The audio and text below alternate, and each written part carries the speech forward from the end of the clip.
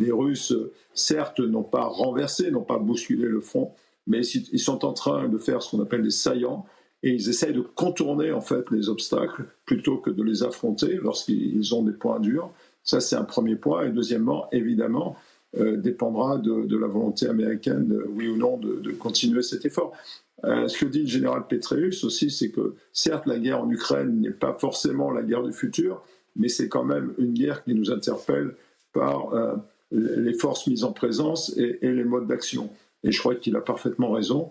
Il sait de quoi il parle. Il a été en Irak, il a été en Afghanistan.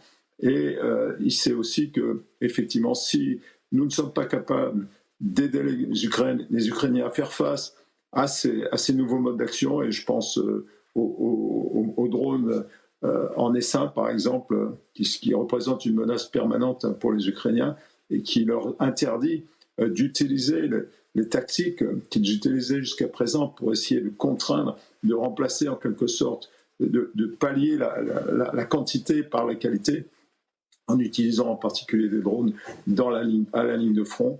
Si on n'est pas capable, si les Ukrainiens ne sont pas capables, avec notre aide, de contrer cette menace permanente que constituent ces essaims de drones, je crois que ça sera extrêmement difficile.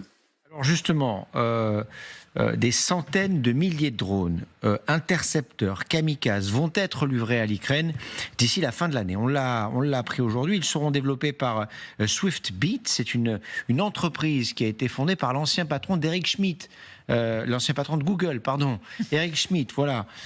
Il devrait, selon lui, permettre à ces drones de créer un bouclier anti-drone efficace, notamment contre les fameux drones Shahed dont on parle beaucoup évidemment ces dernières semaines.